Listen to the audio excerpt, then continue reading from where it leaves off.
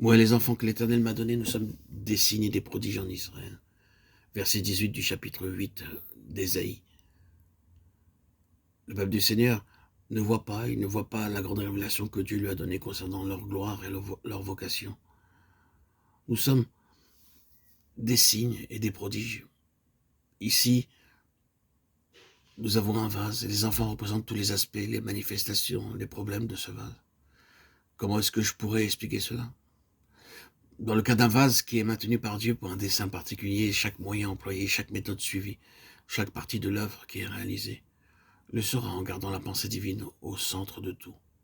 Et ce sera l'indication que ce n'est pas quelque chose d'ordinaire, mais quelque chose d'extraordinaire, d'inhabituel qui se fait. Est-ce que vous contesteriez cela aujourd'hui? Il est si facile de trouver des défauts et de faire état des choses qui ne vont pas. Vous pouvez faire cela sans jamais parvenir à tout épuiser. On peut très bien ne pas aimer faire cela et cependant y revenir sans cesse. Les enfants de Dieu ne voient pas la grandeur de son dessein en Christ, l'immensité de ce qui procède de conseil éternel. Je suis sûr que beaucoup parmi vous perçoivent où je veux en venir, mais je dois l'expliquer. S'il vous plaît, ne pensez pas que je critique. Je reconnais cela et permettez-moi de dire encore avec une certaine insistance que Dieu emploie des moyens différents et des instruments pour des desseins différents et que l'on ne doit pas essayer de conformer chaque instrument et vase que Dieu utilise dans un même moule, un dessein, une pensée, une direction.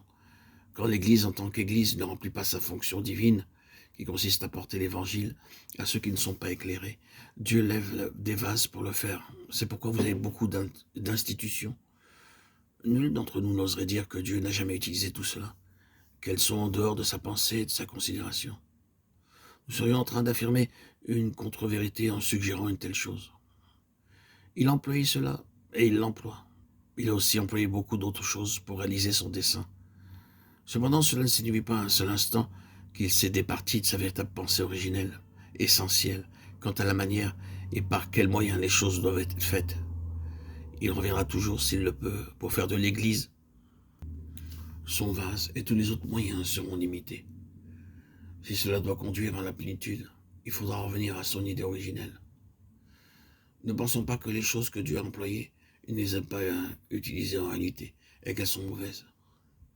Mais quand Dieu cherche à obtenir ce vase, qui est lié essentiellement à la plénitude, vous verrez qu'il n'agit pas avec lui de la même manière qu'il agit avec les autres. Et vous trouverez qu'il ne lui permet pas d'employer les moyens et les méthodes que d'autres sont autorisés à employer.